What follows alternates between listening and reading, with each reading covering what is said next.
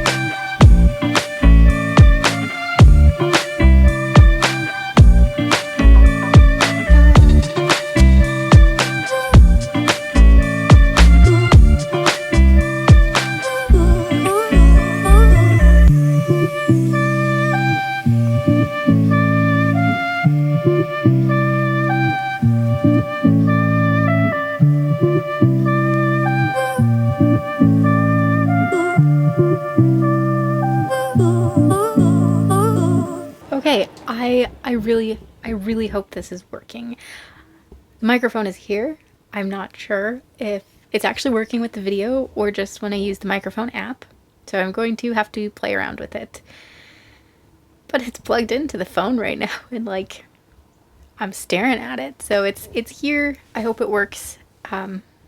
Fingers crossed until I know for sure how it works and whatnot. The audio might be slightly different as the video continues, but I'm going to really try to eliminate any hard audio to like hear, like the last video, the last episode of this vlog series had some issues. This one is not. Hello, hi, welcome to the Teapot Reads. I'm the Teapot. This is what I'm currently reading, and I'm so happy to see you today. This is officially the beginning of my part 2 of my Anna Karenina vlog series that I'm doing. Every episode of this series is going to be 2 sections of the book. So I am currently in section 3.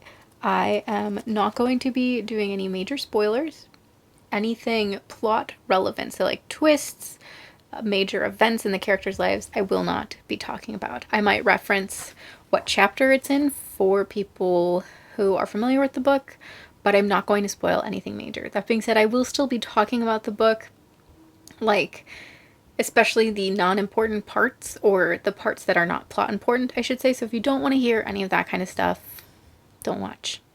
And I just have to say, as much as I'm enjoying reading this book, I am so tempted to pick up so many other things. I just got an arc of A Marvelous Light by Freya Marski, which I really want to read.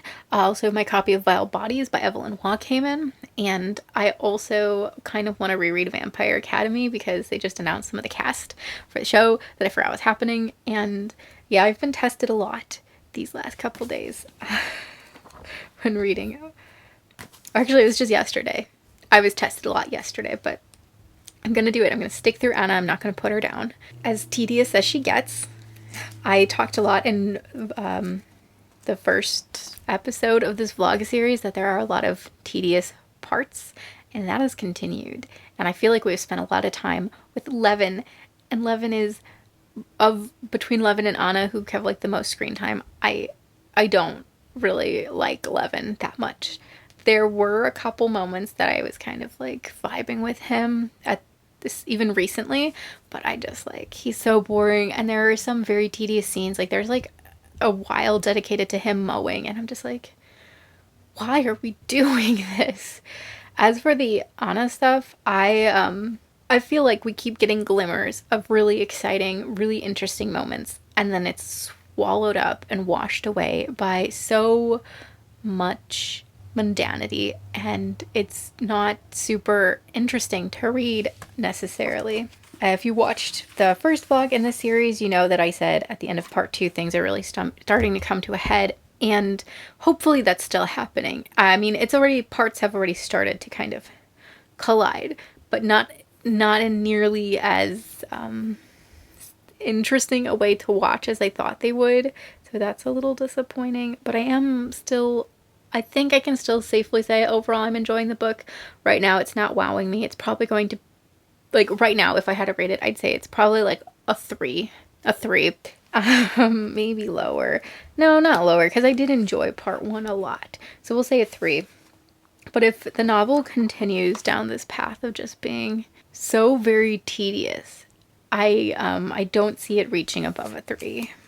But outside of Anna, I worked today. I worked the next 3 days. It's kind of a lot of work right now, but I'm okay with that. I'm gonna watch a show with a friend over like Zoom, and then I think I'm gonna shower and read, so like tuck in for the night basically. I want to do a bit more reading because I only read like 3 chapters at work, which happens sometimes. But I'm going to leave you because this was really just an introduction to catch you up on where I am. I'm on page 298. I am reading the Oxford World Classics edition, and it is getting a little beat up, but not like terribly. And also I bought this edition to get beat up and annotate, which, speaking of annotating, this is officially the 5th highlighter I'm on for this book, and I'm definitely going to go through this one. These weren't like fresh and new when I started annotating. Like, I don't want to make that seem like it was the case. I've had these highlighters for about 7 months and I've used them pretty regularly, but still, this is highlighter number 5, and I do have some backup highlighters for when this is done. I just like, wow, I really didn't expect to use them all that quickly. Yeah, 300 pages in, I'm on my 5th highlighter. Ooh, I guess I've maybe I over highlight, but it's been really fun to interact with the book in this way and just kind of press it into my heart in that way. Even though I'm not like loving the book, it's a very unique experience, and I'm not at all regretting that I'm putting the extra time involved in reading it and annotating it into this book.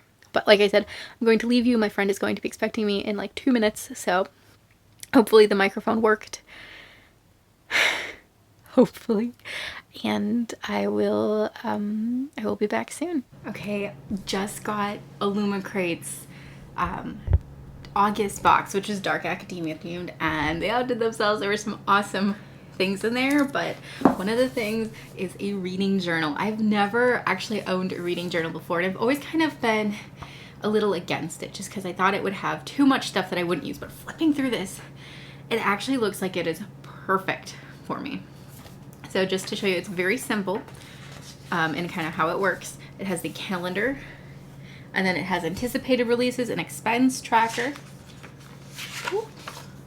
a reading log so I can put like my star rating there, some quotes to remember, and then just like reading date.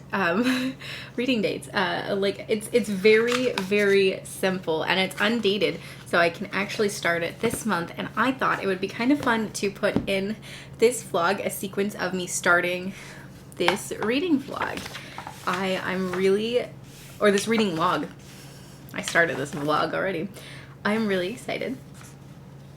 I am going to start with September, and I want to do my anticipated releases, and then for the weekly plan I'm going to write out what my goal at the beginning of the week, so today, is going to be for the rest of the week, and then what I actually manage for each day of the week.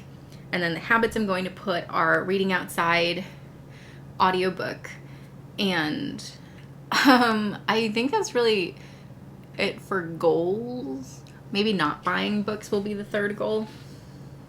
But I thought it would be really interesting to sort of include this in the reading vlog because I have so much I want to put in here, and I'm really excited to get started and do this. I didn't think I'd be this excited for reading journal, but I am. I'm legitimately stoked to just start adding to this. I don't know if I'm going to be like religious about filling it out, but I think it's a really nice maybe way to start my morning every day. Be like, okay, what did I manage to read? I'm kind of tracking. I'm so excited. Okay, let me start.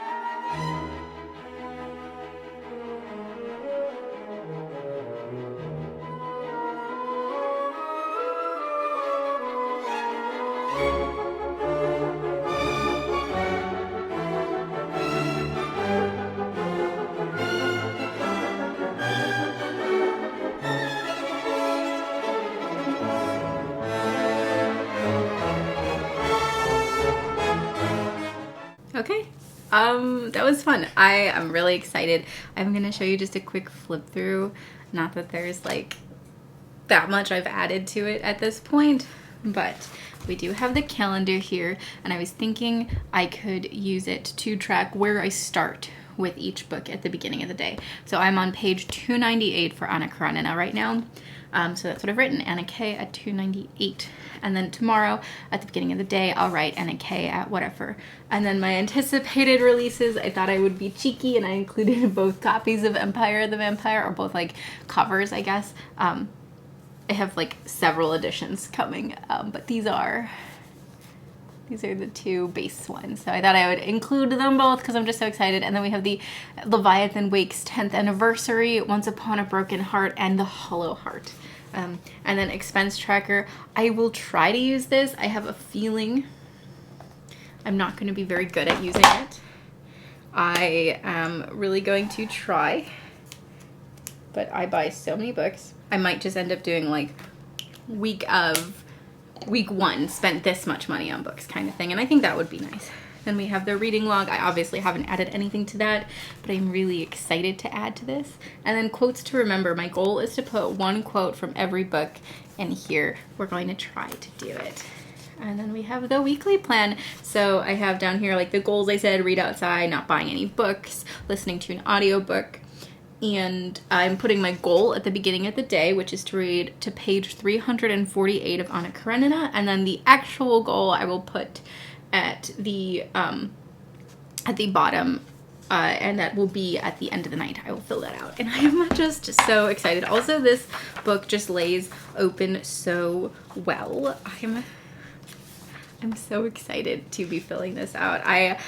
I'm really excited. I'm really thrilled, and I will keep you guys updated. I'll probably do something at whatever vlog corresponds at the end of the month. I will put like where I am at the end of each month and just do a flip through, because I think it will be really cool. And then at this time next year, I will be able to go through it again and be like, wow, this is what I was excited for. This is how much I managed to read, like all this good stuff. I'm so excited. I'm a slow reader, so it's not going to be nearly as exciting as like a fast readers would be, but all the same, I'm so excited. And it's so pretty. Illumicrate, you have outdone yourself so much this time. It's just a stunner. Absolutely stunning. But now I've done that. That was kind of like my fun activity. I have about an hour where I can work on editing a video that hopefully will be going up tomorrow. I am really trying to put it up tomorrow, but I'm going to put all of my attention to editing that, because it's not long. It's not a long video. It's my summer reading wrap up, but I tried something new with the audio. So yes, and then I am going to leave a little early for work because I need to get gas. And then work is going to be kind of a long day, but I'm totally fine with it. I kind of just want to work. I don't feel like it's a day I could like sit and relax anyways. I feel like I need to be out working, so I'm kind of excited for work. I don't really have any like Anna updates to share with you because I read like 15 pages yesterday. So that didn't really happen. I went to bed early because I was tired. Hopefully tomorrow I will be able to share more with you, but we'll see. Might be sort of a slow reading week. I have a feeling I'm not going to finish it. My original like goal date for finishing the book in its entirety, definitely not going to happen. I think it was like September 12th. Yeah, September 11th. This is not going to happen. I'm just reading it so slowly, but that's okay. That is okay. Like I said though, I've been tempted. There's so many books I want to read right now, but I can do it. I can be strong. Okay. See you soon.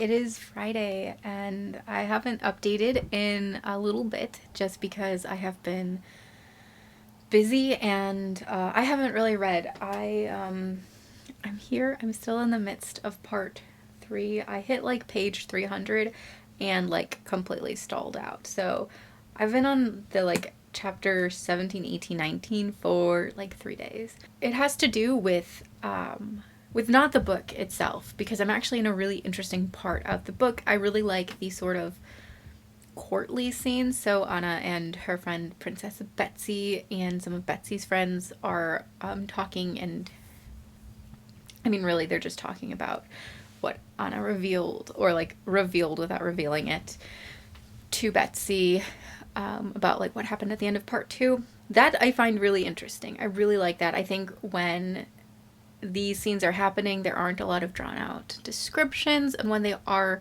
they don't last a chapter. You know, like a ball lasts the same amount of time as mowing, and I feel like that is more appropriate to a ball because it's longer.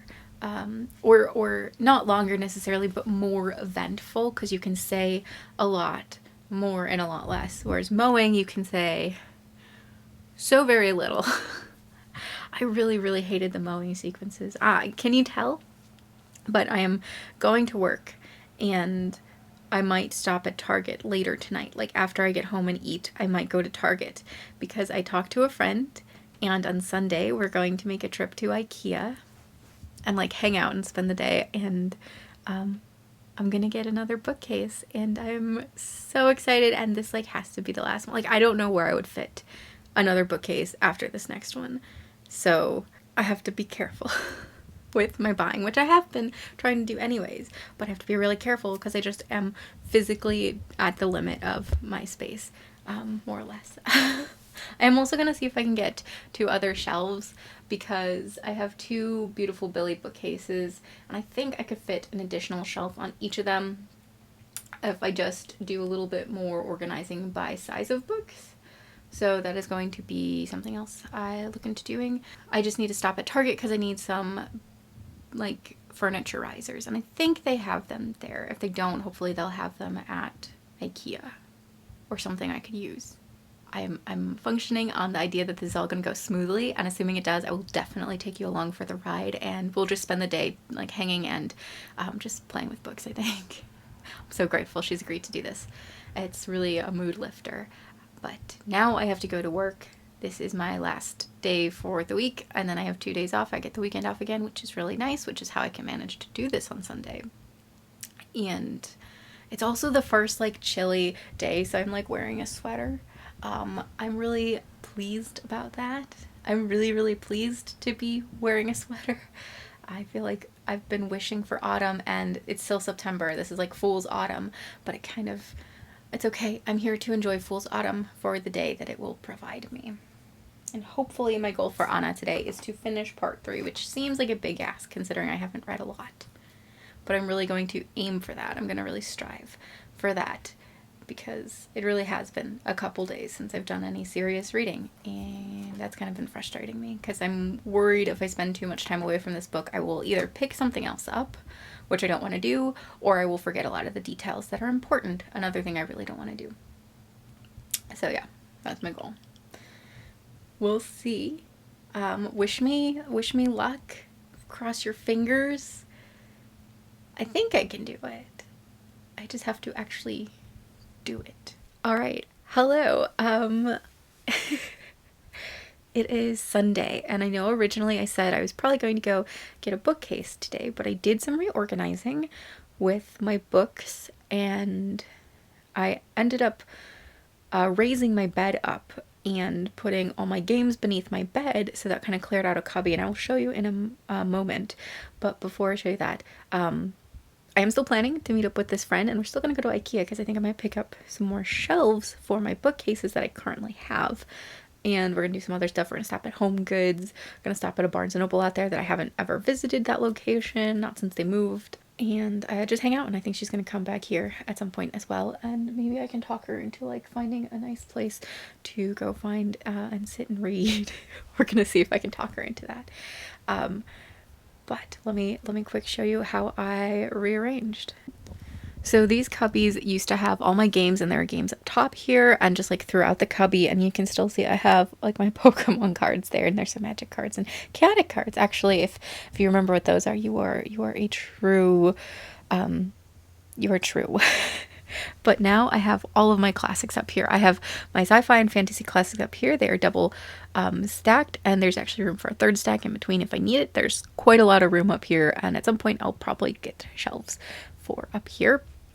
But yeah, we've got my sci-fi fantasy classics, and I just put these up front because I like how they look the most. And then we have the rest of my classics and cloth bounds are up front, as well as some Penguin English Library and Drop Cap and this copy of War and Peace.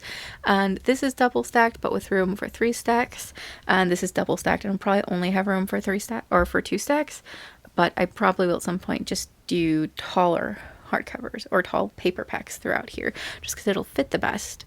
And then these are triple stacked. It's mostly my NYRB collection, although right where you see it is shorter are my classic or my vintage Japanese editions from the Penguin series. And then over here we have my Italo Calvino books, Evelyn Waugh, Sylvia Townsend Warner, Torve Jarnson, John Steinbeck.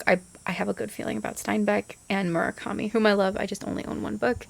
And then we've got my Black Spines, my modern classics, my vintage classics that aren't part of like another thing, copy of Sir Gawain and the Green Knight, and my pocket penguin of the Secret History. And then I managed to clear off some space on here just by moving things. Otherwise, it has been pretty much unchanged, just except making room. And I redid up there so that there's a little more space. I put my Tad Williams books up there, my standees. That side didn't change, but then otherwise I organized by size and was able to move up some shelves. I want to get some shelves here and here where I'll put my mug collection, because I think that would be cool. And then if you go down, you can actually see I've put some books on their side.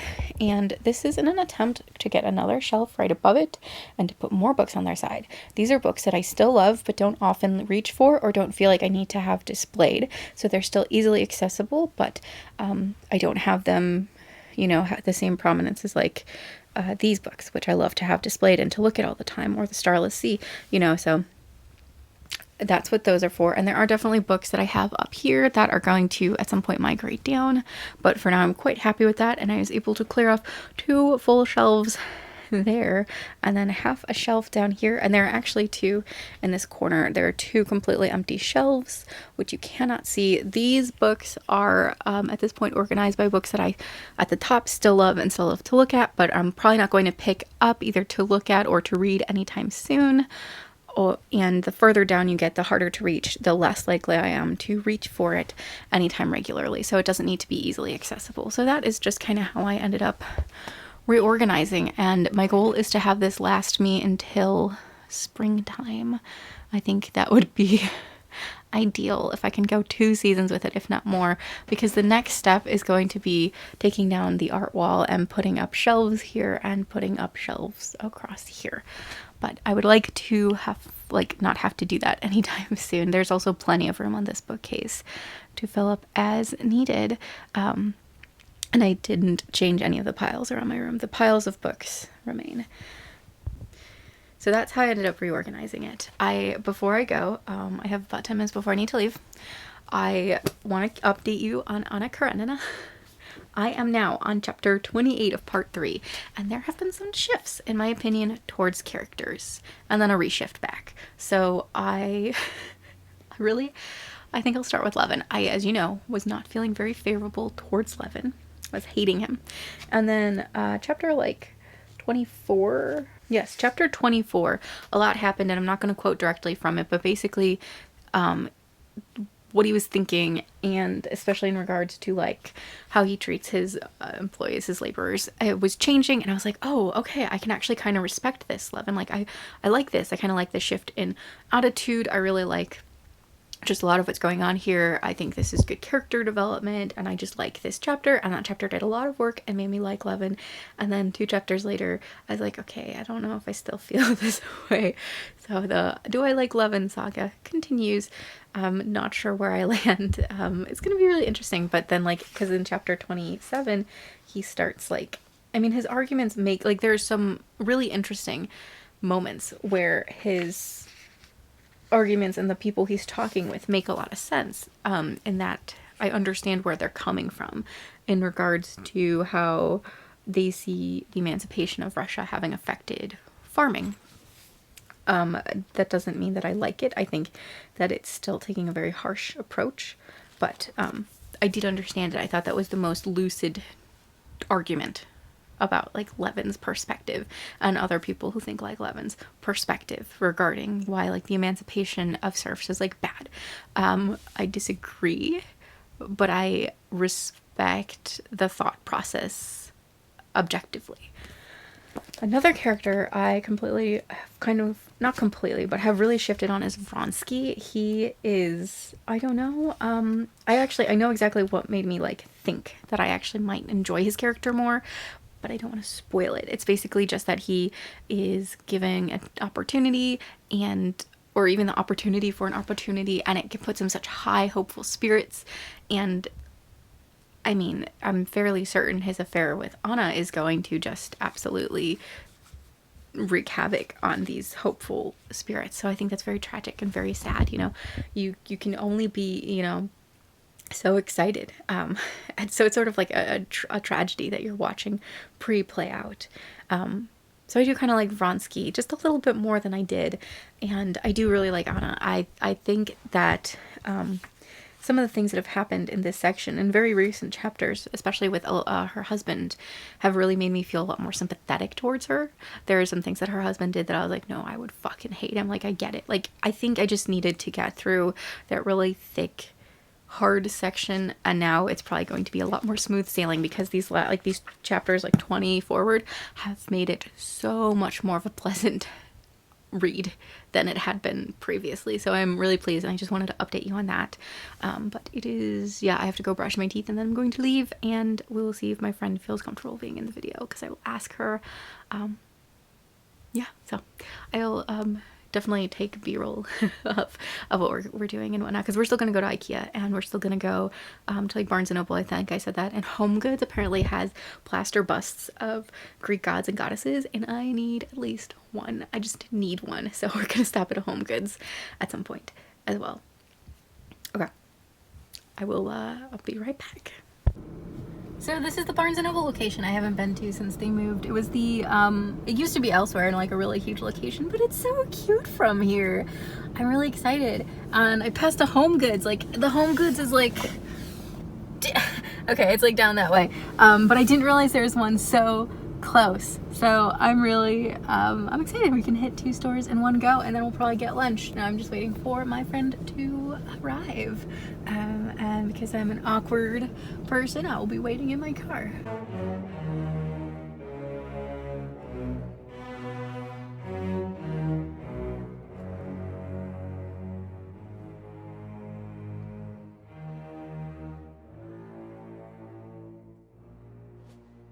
So I have finished part 3 of Anna Karenina, and I left part 3 feeling really, really good about the book and really invested in the book and the characters.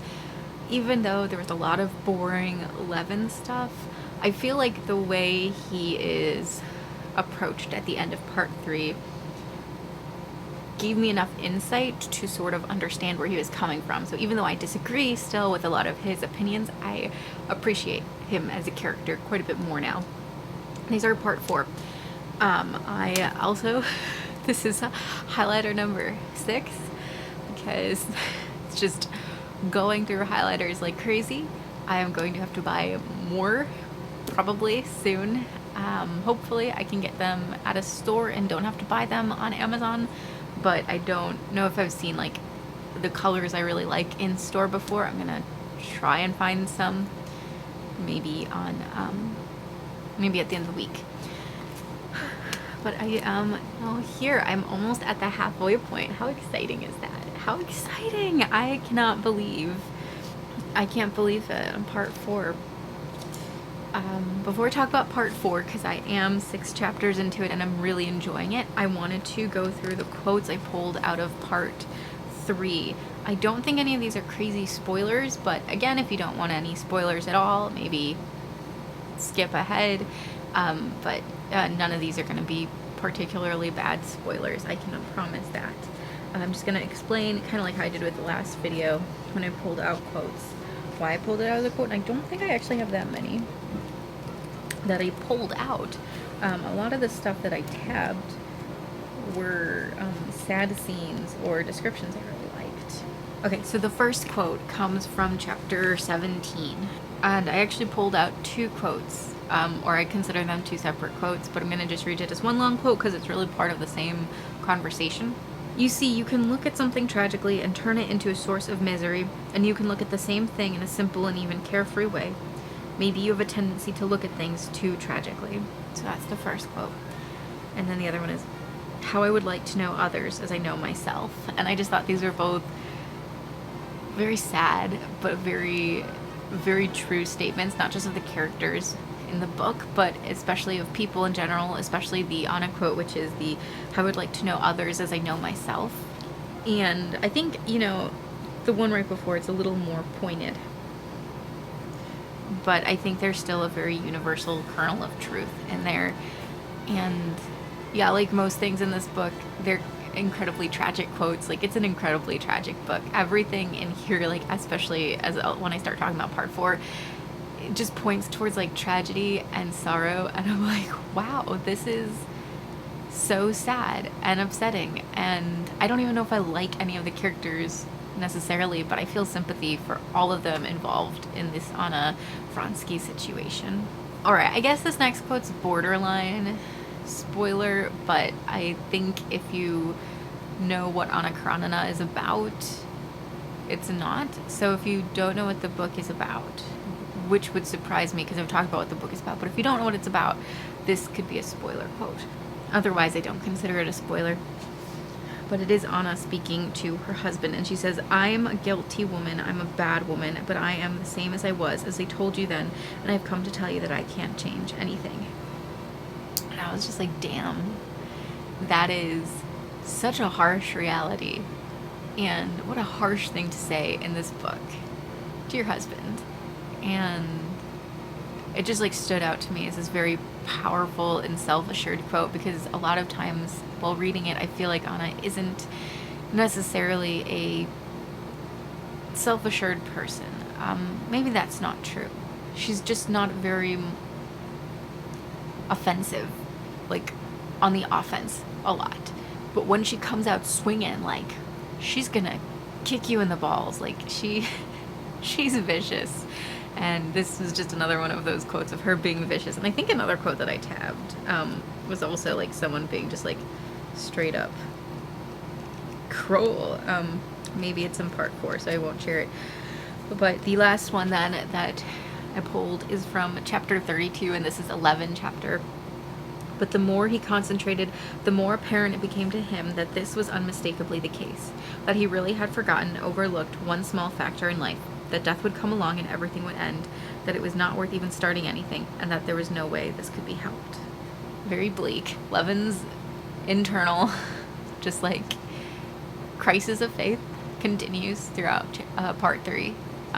It gets even more extreme, but I did really relate with how every time he sort of got on his feet and was like, okay, well, I'm going to change my life and do this, suddenly like another type of crisis would come along, because that's pretty much how like my life goes. I'll be like, I got this, I got this, I got this, I got this, holy shit, this new crisis is here. So it's very relatable in that regard, and I think that's why I pulled this quote.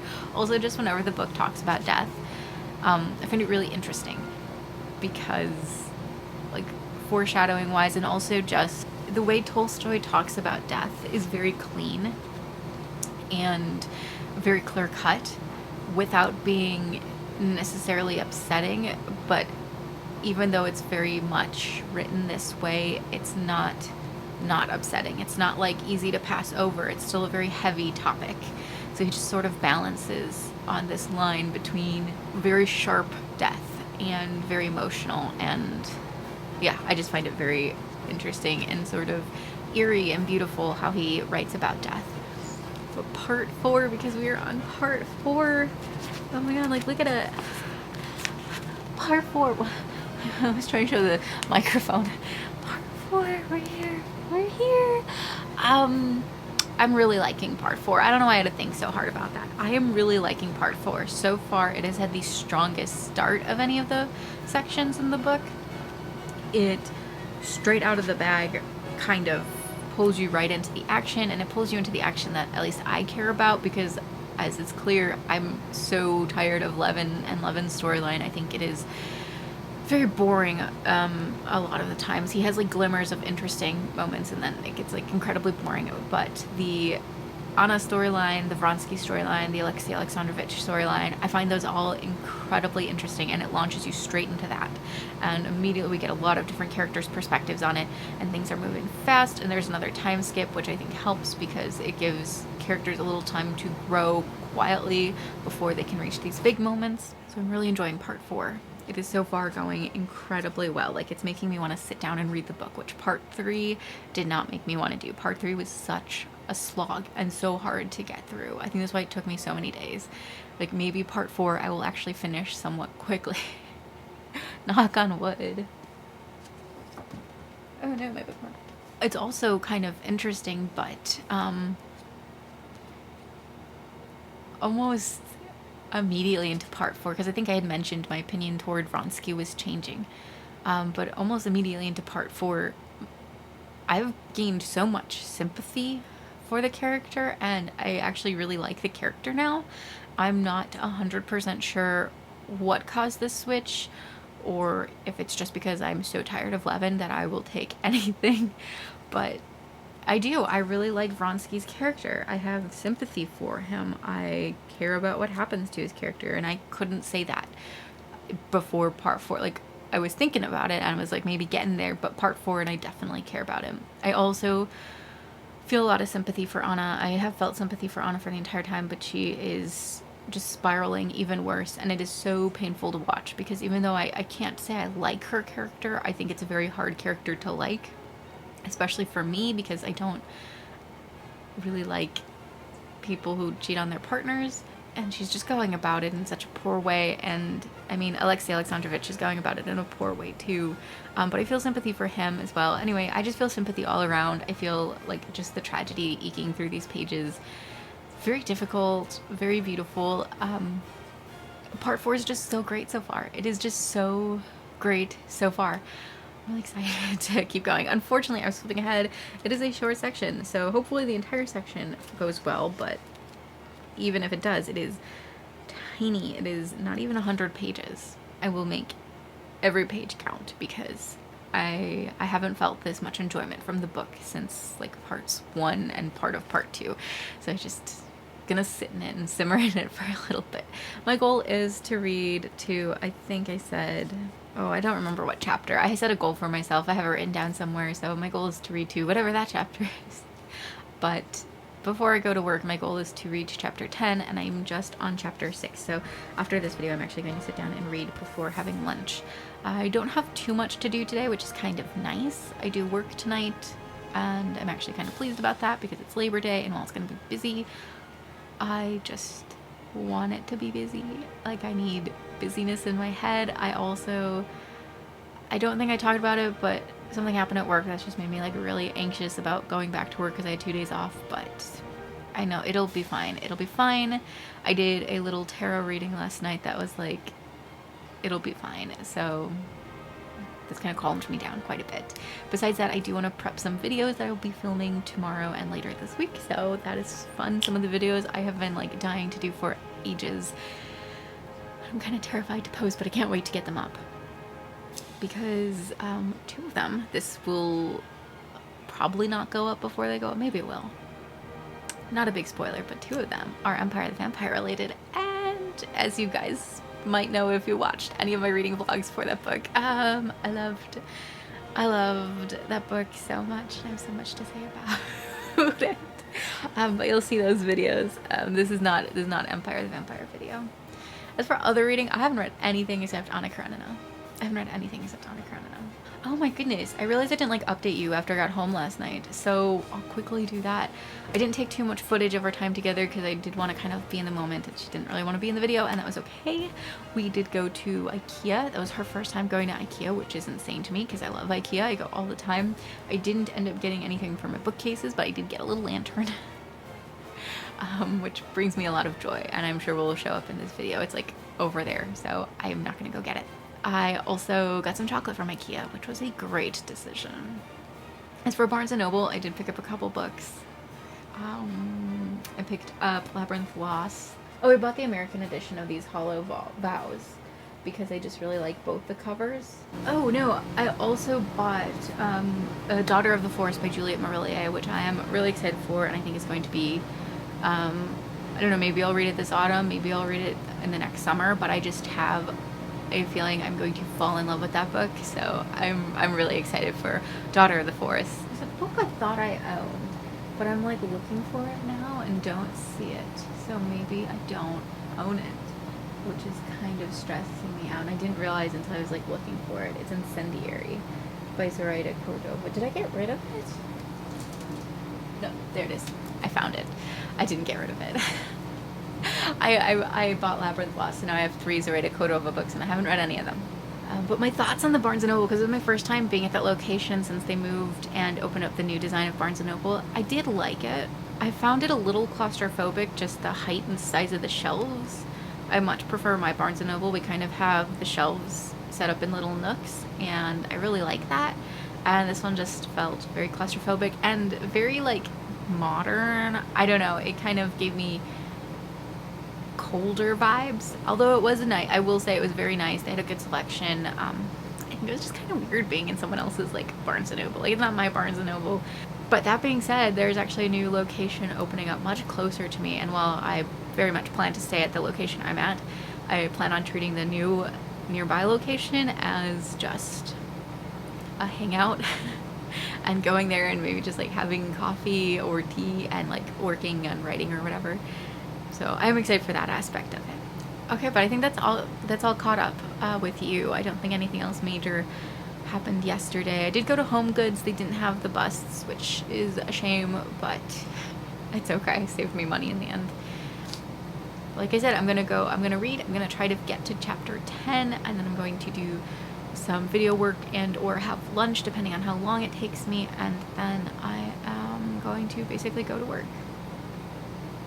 I let myself sleep in a little bit, but it's okay because I didn't have that much going on. But tomorrow, regardless of how late I stay up, I will be waking up at 7. That is 100% my goal, and I will do it. Like, I will make myself get up, physically get up. I don't know why I'm telling you this. I just want to make sure I get up because I have a lot to do tomorrow, including filming. That was the update. I will see you guys in a few minutes. It is Tuesday. I'm off today. I'm going to go outside and read Anna Karenina. I just spent the morning writing, and I'm going to spend a little bit of time reading Anna, and then I think I'm going to come in and film another video. My goal today, and this sounds crazy, is I want to finish part 4. We'll see. I am on page 390, so I'm not quite nearly there. But I think it would be really good to be able to finish part 4 today. I will obviously keep you updated because if that happens, that means I'm wrapping up the vlog. But yeah, I'm gonna go outside and do a little bit of reading out there. It looks like it might start raining, so if that happens, I'll come in and do some reading in here. Let's go.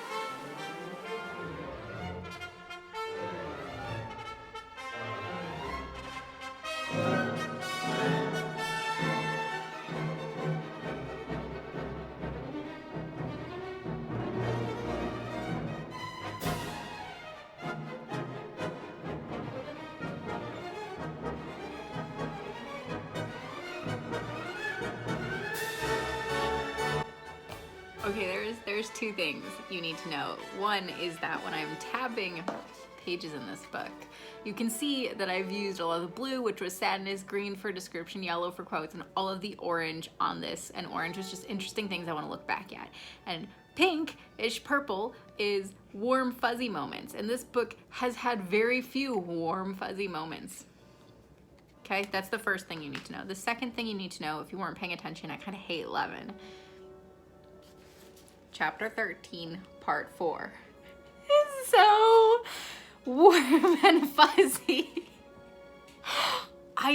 This is the cutest shit I've ever seen, okay? This is the cutest thing I've ever read. Okay, maybe not, but like it's up there. It's definitely the cutest thing in this book.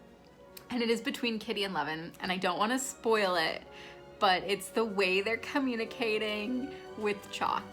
And I'm like bursting because it is adorable. And oh my god, I don't think I like Levin. I don't think I'm gonna be like, Levin is a favorite character, but I love this scene.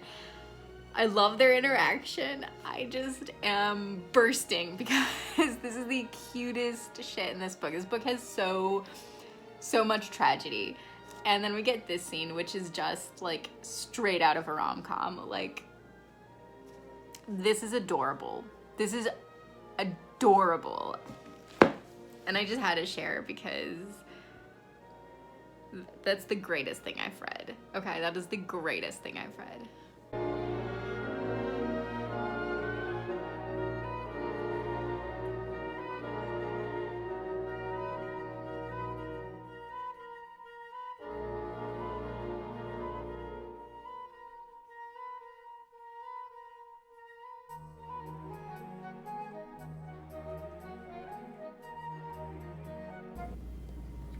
I'm about to finish part 4, but I'm at work and I've been remiss about updating, so I'll update on the way home. Hello, it has been quite a few days since I posted an update because I have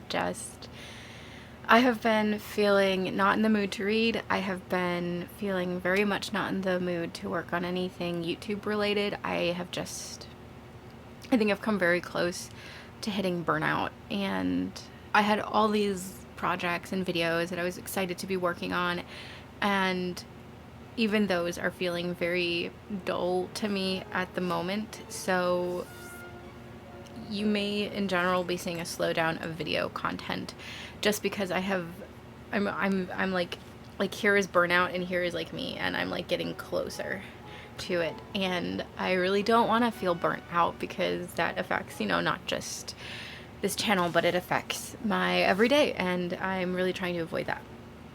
As for why I haven't been reading a lot, that's actually a tiny bit of a lie. Before I update you on finishing part 4 of Karenina, I do want to say I actually finished 2 other books, and one of them was an audiobook I've actually been in the middle of, which is A House of Salt and Sorrows. It was fantastic. I think I gave it 4.5 stars. I absolutely loved this book to death. It was creepy. It was surprising. Every time I think I knew who the killer was or what was going on, something would happen that would just completely surprise me and change my mind. And I was absolutely living for it. It was so good. The only reason I gave it 4.5 stars was because it was a little slow at the beginning, and there's something that happens at the end that isn't explained enough to satisfy me. The other thing I read was Hooky, which just came out as a bound graphic novel. I'd never heard of this before. It showed up at my store, but it looked really cute. I picked it up, and I had a day off, and I just kind of raced through it, and it was really good. It was a nice refresher. I don't think it derailed me from Anna too much, because even before picking that book up, I had been reading maybe like 3 pages a day, which I did finish part 4. I am like 3 pages into part 5. Because I was at work and I couldn't film like a proper wrap up. Part 4 saved this book for me because, I was really, really bored with a lot of the part 3 stuff. It was getting excruciating, but part 4 absolutely saved it. So much happens, so much moves with the characters, there are developments. There were some shockers. I cannot tell you what because that would be a spoiler, but chapter 19 was an absolute surprise. It just very, very surprising. The whole part was surprising, but chapter 19 of part 4, I screamed. I was like, oh, are you kidding me? Like, that's happening now? So, it's definitely getting a lot more emotional reaction out of me than part 3 had been. So I'm really saying that part 4 saved this book for me and has made me excited to pick up part 5's like the rest of the book, because I'm a little over actually the halfway point now. It's official, which is really exciting. I'm excited to be finishing this book because as much as I am enjoying it, it has taken me a long time to read. And when books take me a long time to read, sometimes, especially when there are boring parts like this one has, I feel worse about the book than I do good about the book. Like, the longer it takes me to read, the harder a time I have to appreciate it.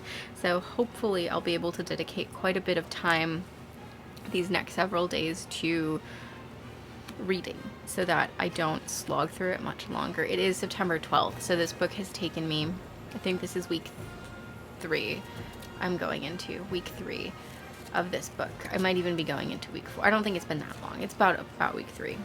And that's just a long time for a book. I think comparatively, when I read A Little Life at the end of last year, it took me less than a week to read that book. But this book is so much more dense. Even though they're about the same size, this is a lot more dense and a lot more boring. But I stand right now in the corner of the ring of liking Anna Karenina and enjoying it. And I think it is, at this point, I would probably rate it a solid 4. A solid 4 stars. I'm obviously not done, so that's not like a rating I'm sticking to, but solid 4 stars. I'm only halfway, so a lot is still able to happen to like change my opinion one way or the other. But as I have been doing, I want to pull out any quotes that I really liked. I don't know if I have that many from part 4. And as before, none of these are particularly spoilery. I definitely won't be giving context if the context will spoil something, but if you don't want any spoilers, look away until I put a little thing up that says like spoilers end. So the first quote comes from chapter 2. Stupid lump of beef, and I really like that. I just pulled that out because I thought it was really funny and startling, and like, what a great intrusive thought. Like, stupid lump of beef. I loved that. I really liked that. Made me giggle. This book doesn't make me giggle a lot. Oh, this one. Okay, this is from chapter 3. Now she loved him as a woman for whom love has outweighed all the good things in life. I really liked that. I need to turn the air off now because it's too loud. Okay, it's gonna get really hot in here. I really loved this quote. I thought it was tragic and really beautiful, and it's this really dark shade of love that, it's a part of a lot of people's relationships, especially relationships that are falling apart, or people who feel like their world is falling apart and all they have is this relationship. Now she loved him as a woman for whom love has outweighed all the good things in life. It's one of those things where too much of a good thing isn't a good thing anymore, So I thought that was tragic and beautiful and like heartbreaking. So this is from chapter 4, and I pulled this quote out because it's just savage. There are a lot of like savage lines in this book, which I was not expecting when I started reading it, but there are a lot of just like great digs. One may insult an honest man and an honest woman, but to tell a thief that he is a thief is simply la constatation d'un fait, which means the statement of fact. It's like, damn, that's rough, man. Whoa. Oh, this is from chapter 7, and I pulled this out because I thought it was just delightful, and it is the most charming 50-year-old young man. I just really liked that. I just really liked that descriptor. I thought that was really cute and really charming and delightful. That's why I pulled it. I was much more liberal with my pulling of quotes because I was like, wait, this is for me. It doesn't have to be a profound quote. I can just pull whatever I want. So that's what I did this time. And this is like a page later, also chapter 7.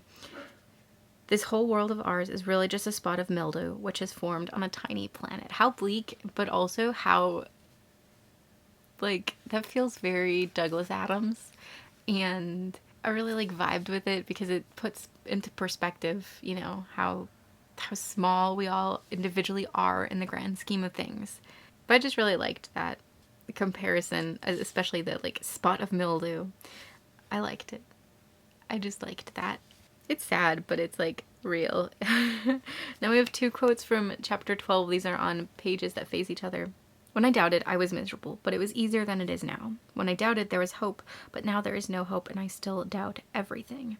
Which this book deals a lot with doubt, and it does deal with hope, but I think doubt is a much more prevalent factor in the story as a whole, and this gives like such a positive, positive shape to doubt, which I don't think you see a lot. I don't think that it's ever really painted in a positive way, and even in this book it's not painted in a positive way, but here this character is like, doubt, I was happier when I doubted because I did not know. And it's like, that's true. That's very true. I see exactly where you're coming from. And I think it's a really interesting juxtaposition with a lot of the other characters, especially Levin, who little spoiler for part 5, it's not really a spoiler, but he starts off part 5 with talking about doubt quite a bit.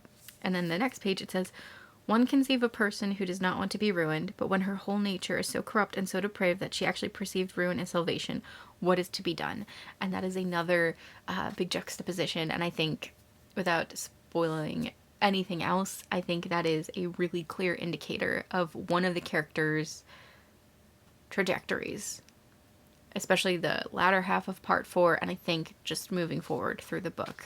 All right, so we just have 2 more, which is good because then I have to wrap this up and have to leave you all for work. So this is from chapter 19. In a hat that hovered somewhere above her head like a shade on a lampstand. I just really liked that description as well. I thought it was another charming, delightful way of describing a hat. Very Pixar, very Pixar. And finally, here we go, chapter 21. I have heard that women love men even for their vices, but I hate him for his virtues. Again, very savage. I really liked it. This feels like the sort of quote you pull out and use as an epigraph in a novel. I'm not saying like me, but I'm just saying like in general, it's that kind of like powerful quotation. Yes. But that's it. That was it for quotes. That was it for quotes. That is it for part 4. That is it for this second episode of my Anna Karenina vlog. I am just past the halfway point. I'm going to switch highlighters because I have a feeling this one is going to be on its way out. So we are switching over to the purple before I head off to work because I just have a feeling it's going to die while I'm there and I don't want to deal with that. So this is highlighter number 7. Highlighter number 7. And also because I think it's interesting, this is where we're at with these. This is the initial one. Ran out of quite a few colors, so I used this one, which was already like halfway done, to because it had some orange left, and that's what I really needed. This is where I leave you. Thank you for watching. Thank you for sticking with me. I know I said I'm feeling burnt out. It's definitely not because of you guys. It is just because of me, and I've been overworking myself and giving myself very little time for relaxation or for pleasures of my own, so I'm going to be trying to do that. That doesn't mean I will be stopping these vlogs or the videos in general. It just might mean fewer ones. But thank you for sticking with me. I appreciate all of you. I hope you're having a great day. I hope if it is cold where you're at, you're staying warm. I hope if it is warm where you're at, you're staying comfortable. And most of all, I hope you're reading a great book. I'll see you guys next time. Bye.